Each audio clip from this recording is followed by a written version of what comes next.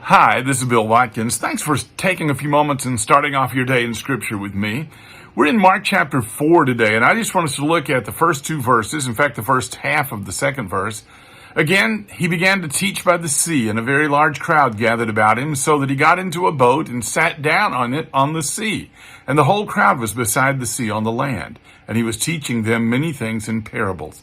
Jesus now is pretty much completely unable to go into the temple anymore or to the synagogues anymore, and so he is teaching outside.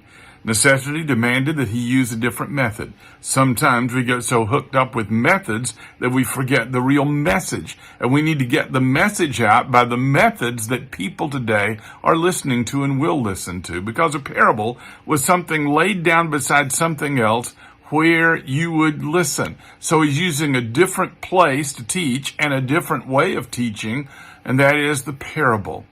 Parables were easy to listen to, but something else that I find about a parable that's interesting, it made an abstract idea concrete.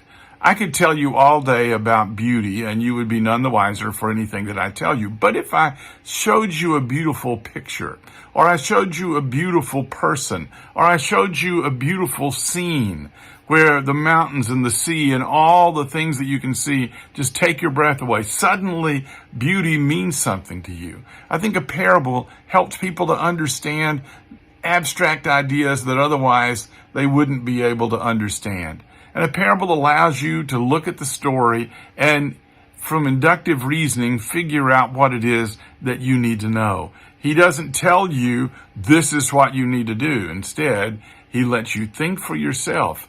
And that's what we're going to be doing over the next several days as we look at the parables of Jesus. But will you take these parables and from them get the concept that I can see spiritual truth? Will you reach out to people with whatever method we need to reach out to reach the most people possible? Will you be thinking about reaching somebody today? Thanks for listening.